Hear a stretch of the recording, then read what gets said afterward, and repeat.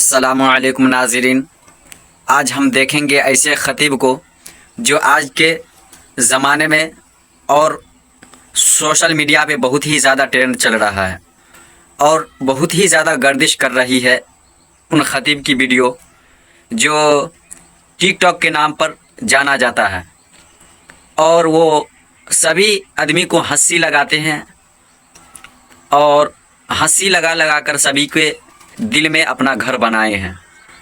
आज हम उन्हीं ख़तीब का कुछ बयानात सुनेंगे और आप लोग भी देखिए वीडियो में। चलिए शुरू करते हैं, देखिए आप लोग भी वीडियो और उसके बाद कमेंट में बताइएगा। हम लोग कहाँ तक संभालें, मदरसा संभालें, मस्जिद संभालें, है ना, मकतब संभालें, कब्रिस्तान संभालें, ईदगाह संभालें, तरावी संभालें, शब बारात संभालें, हलवा भी संभालें। हलवा भी अभी शब बारात में संभालना होगा। आप लोग कुछ नहीं, हम ही लोग जब तक नहीं फूकेंगे तब तक खा नहीं पाइएगा। खर्चा करोगे आप पर मौलाना जब तक नहीं जाएगा, कुछ नहीं पड़ेगा तब तक खा नहीं सकते। तो हम लोगों के बगैर जब गुजारा है ही नहीं तो फिर हम लोग की तनख्वाह कम का है ना। शबे बारात में शराबी की दुआ कबूल होगी जब तक वो शराब से तौबा न कर ले, ना वो शबे बारात में दुआ कबूल होगी ना शबे क़द्र में दुआ। वाह वाह वाह, इसको थोड़ा कम करें।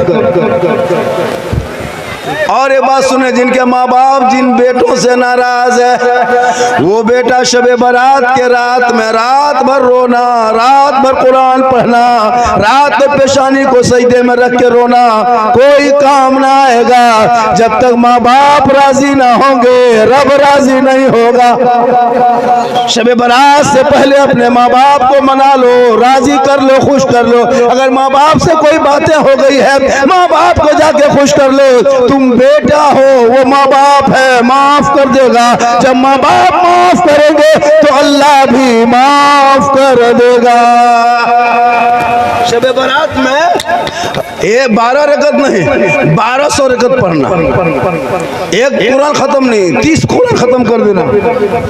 जब तक तेरे माँ बाप तुमसे राजी नहीं होंगे तुम्हारी इबादत कबूल नहीं होगी। इसलिए माँ बाप को राजी कर लो। मेरी माँ बहन तू भी 2-4 बातें सुन ले। ओ दोस्त, ये रास्ते में आना जाना बंद करो मेरे दोस्त। बड़ी मुश्किल से दिमाग को ये करके बोलना पड़ता है। हो हल्ला मत करो मेरे दोस्त। कितने तकरीर सुनते हो, कितने अमल करते हो हम जानते हैं। जो मुसलमान 75% नहीं 25 से 30% पेशाब करके यहाँ पानी नहीं लिया होगा। क्या लगता है आपको पेशाब करके पानी लेता है? लड़का लोग क्या समझ नहीं लेता है। हम लोग देखते हैं रास्ते में चलते, मुहर्रम के टाइम में लड़का देखे झंडा ले लिया था, पेशाब रोड के किनारे कर रहा था। हम हाँ बेटा है क्या कर रहा है? अरे उधर या हुसैन या हुसैन या हुसैन या हुसैन या हुसैन। हमारा क्या है? बोल या हुसैन या लोटा खत्म पानी का। ये हाल इस कौम की हो गई। कम तकरीर की हम लोग, तकरीर करते करते करते हम लोग थक गए और बहुत मौलाना मार गए। लेकिन ये कौम हिलने वाली नहीं। जो कौम अपने बाप के नाम पे परसों फातिहा नहीं कर पाएंगे, परसों अपने माँ बाप के दादा दादी नाम से फातिहा करने के लायक नहीं। सोचिए 4 कुल शरीफ 2-4 सूरत अगर याद नहीं है तो फिर क्यों धरती के बोझ बने बैठे हो? कम से कम इतना तो है। अब बहू बेटी हलवा रोटी सूजी पूरी शेबरात में बना करके, मुसल्ला बिछा करके, पानी गिलास रख करके, अगरबत्ती जला करके सब बाल बच्चा सूजी हलवा टूअर की तरह देखेगा, यतीम की तरह। मौलाना साहब कहाँ रे, जल्दी बुलाओ रे। बच्चा लोग कूदेगा, खाएंगे रुक, मौलाना ने तो खा नहीं सही। सोचो बच्चा लोग खाने लिए रुक रुक रुक रुक रुक।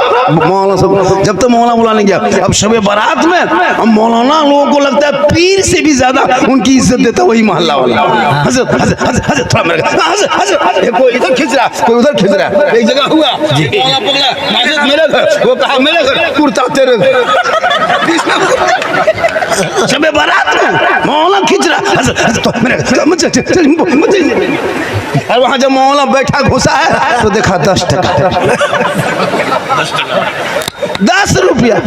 इमसाल 10 रुपया का फातिहा बन, ना 10 टका ना 20 टका, 100 रुपया से कम नहीं।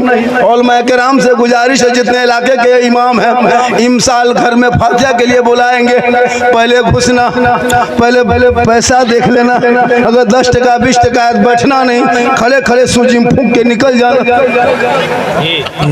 बोले हो गया, बोले हो गया, क्या हुआ? बोल फूंक दिए 20 टका खाली फूंके।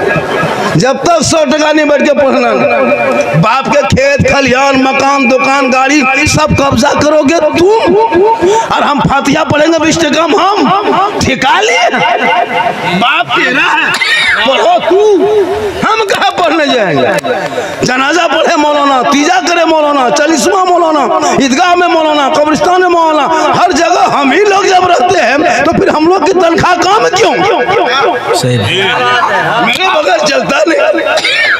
शादी में 50,000 का पड़ाका फोड़ दो, 2 लाख का डीजे बजा दो, 100 स्कॉर्पियो बेटी बाप के दरवाजे पर खड़ा कर दो, पूरा वीआईपी नेता मंत्री को बुला लो, लेकिन जब तक कुर्ता पजामा टोपी वाला मौलाना साहब आपके घर नहीं जाएगा, ना लड़की लड़का के साथ बैठ सकता, ना लड़का बेड़ के साथ बैठ सकती।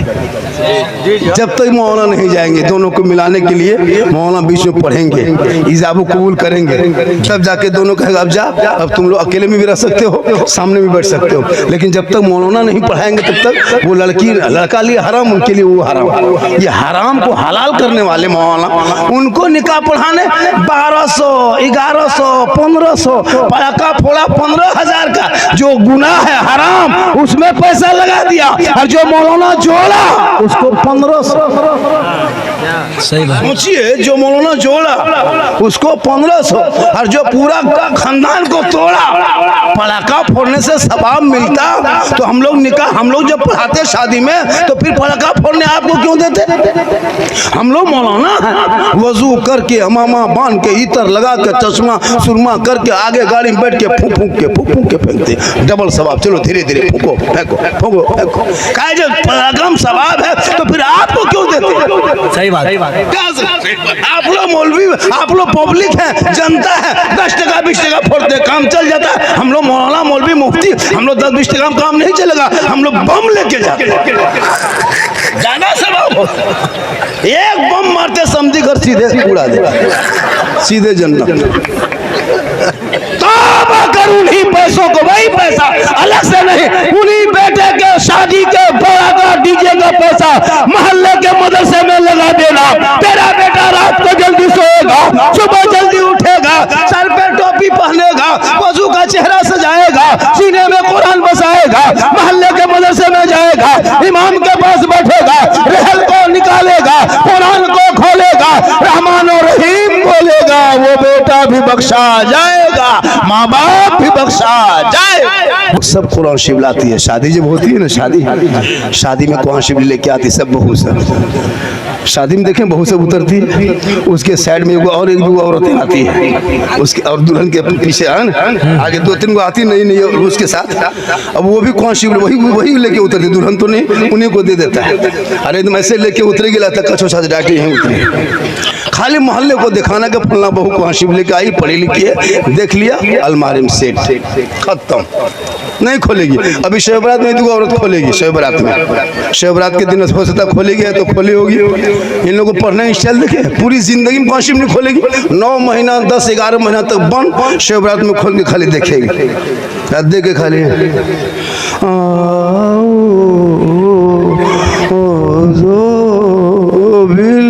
लगता पूरा खानदान मर गया। हम बोले कौन पढ़ रहा है कहाँ से? बोले हाँ मेरी बड़की बहू पढ़ रही है। हम बोले कोई मरा है क्या? बोले मरा नहीं, लेकिन जैसे पढ़ रही है लगता है कोई मरेगा। मतलब साल में एक दिन कुरान शरीफ निकालेगी। अजब माँ हो, कभी नहीं पढ़ेगी। अगर बराबर पढ़ती, नहीं तो सप्ताह में एक दिन मामूल बनाती कि हम जुमा के दिन हमको आज कुरान पढ़ना है। गैर मुस्लिम की औरतों को देखो कभी, उनका जो धर्म है ना, कभी भोरे उठना, जो हिंदू बरादरी का मोहल्ला रहता है उस मोहल्ले में जाना, उनकी औरतें हजरत फजर से पहले उठती है। जी हम लोग प्रोग्राम करके जाते हैं, 4 बजे भोर उठ करके ये फूल तोड़ेगी, वो फूल तोड़ेगी, यहाँ पानी वहाँ पानी, और भोरे सुबह होते हो तो नहा धो के तैयार।